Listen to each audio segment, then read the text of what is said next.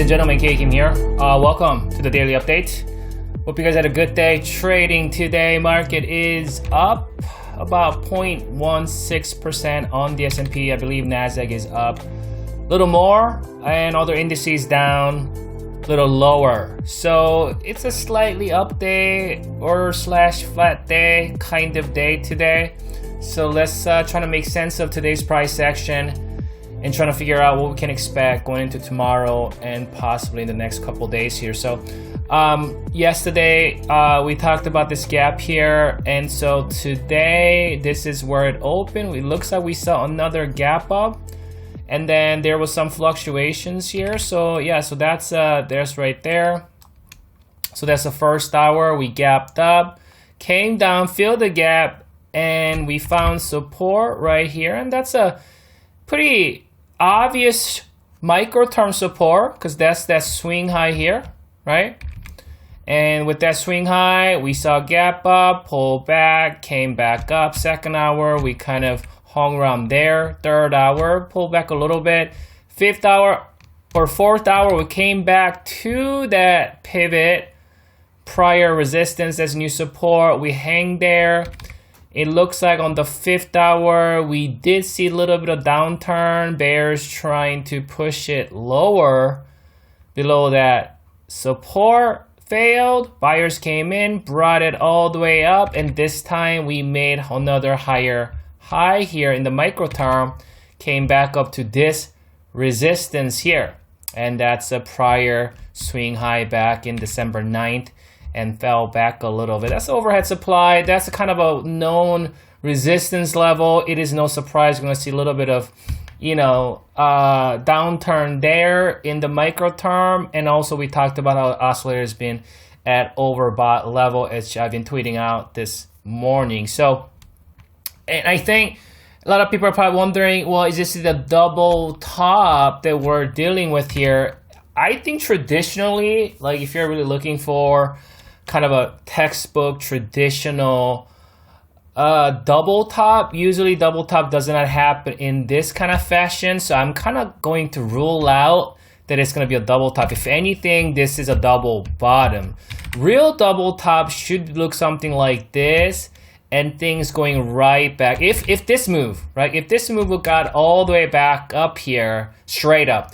The reason why straight up move is a little bit more vulnerable than cultivations of higher lows and higher highs, because with that cultivations, we're developing, establishing that short-term uptrend. That's why it will be harder for this thing to come all the way back down, because the double top, right, it essentially means that it needs to be below the neckline. That's what we call, if this is the double top, this will be the neckline, right?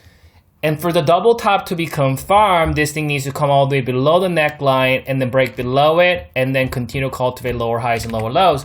So it's more vulnerable to possibly forming that double top if we do see kind of a V shape going straight up to the top and then falling from here and seeing weakness from there. And a lot of times when you see something like that, you tend to see this thing coming back down, maybe retest the lows, that neckline, and then you kind of have to see, are we going to find support at neckline, or are we going to break below it? Are we going to actually see the double top? So from my experience, when you do see cultivation like this, right? When we do see this price here, initially got up and then came back down, and in that process, we cultivated higher low and higher high. Essentially what we're seeing is cultivation, establishing of that short-term uptrend. So it's harder for this double top to play out. Why? Because let's say if this thing starts falling, well, first of all, we have a gap here that's going to act as support. We have rising uptrend support here, and we are moving in this fashion with the higher lows, higher highs. That means benefit of the doubt goes to the buyers. That means if we do see a fall, it has high probability of cultivating that higher low before making new highs. So because of that, I wouldn't categorize this as a double top. If anything, I'll look at this as more like a double bottom, and this being the neckline, right? And neckline is not always where it's not gonna always get respected. We may continue lower. So I would, I would focus more on the cultivation of that higher lows and higher highs versus actual these necklines and pivots, right? I think that cultivation, what the market is doing overall, is more important than actual resistance or support levels. Let's zoom out here. So I want to continue to give, despite the fact that we did fall a little bit in the micro term here, and just, on that last hour, we are seeing a little bit of that shooting star type of candle.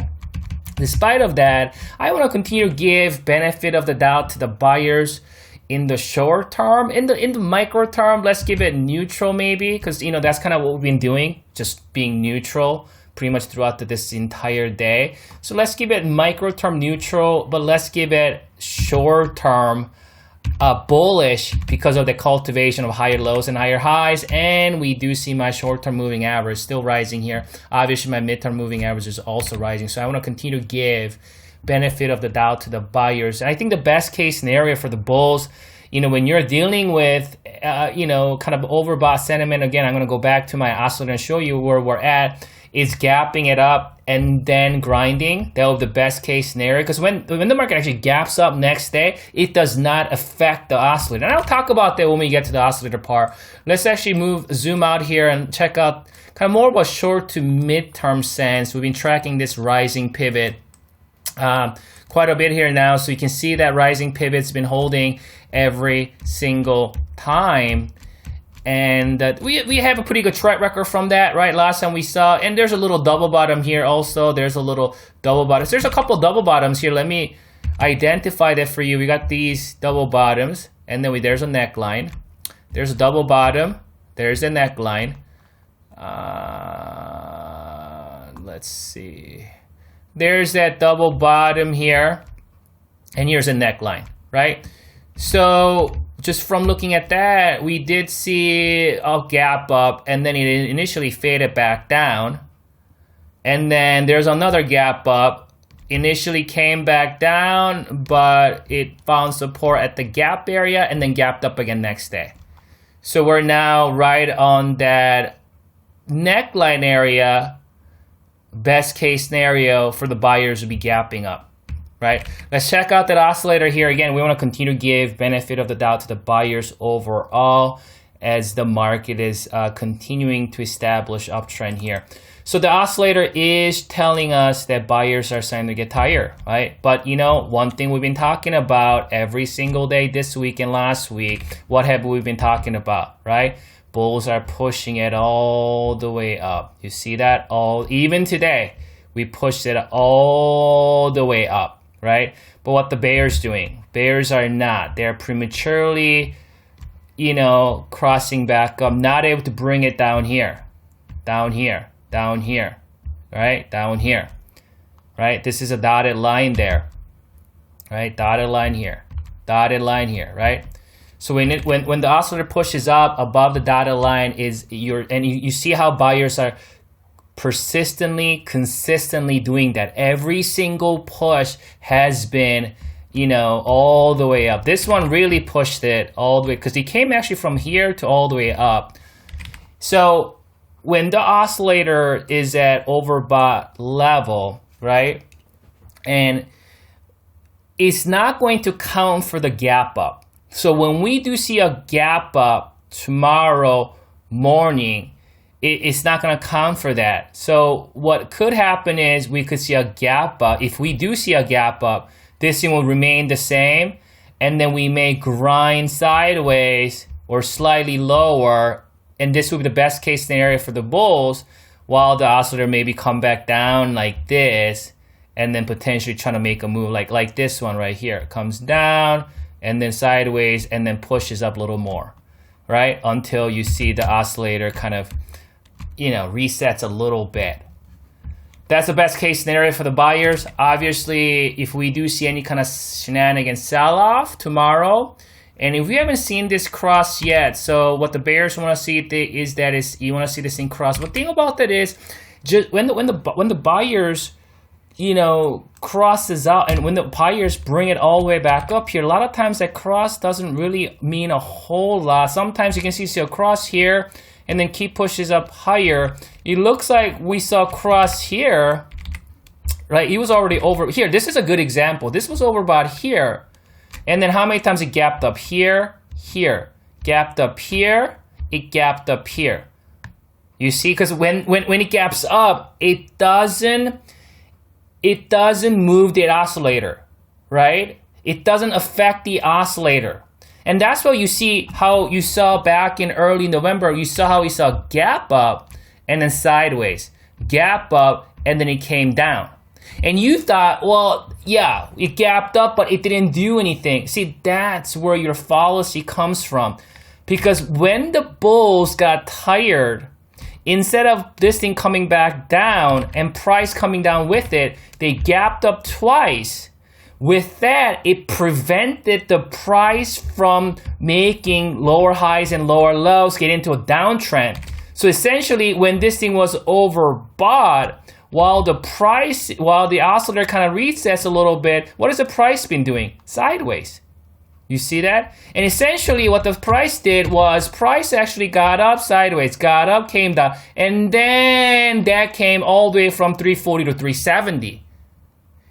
If we didn't see these gap ups, market might have came down and then might have seen much steeper decline, because this thing came straight up, got to the overbought level. So this is the way the market work with overbought sentiment. You see what I'm saying? So when the market pushes all the way up like this, it's actually a good thing. But when the bears are not pushing it all the way down, and that's when we see that bears are losing steam, but bulls are taking advantage of this momentum. So just because we're at the overbought level does not always mean this market is ready to tank. There's a whole lot of different things could happen here. So I'll come back for you. Enjoy your evening and good luck trading tomorrow.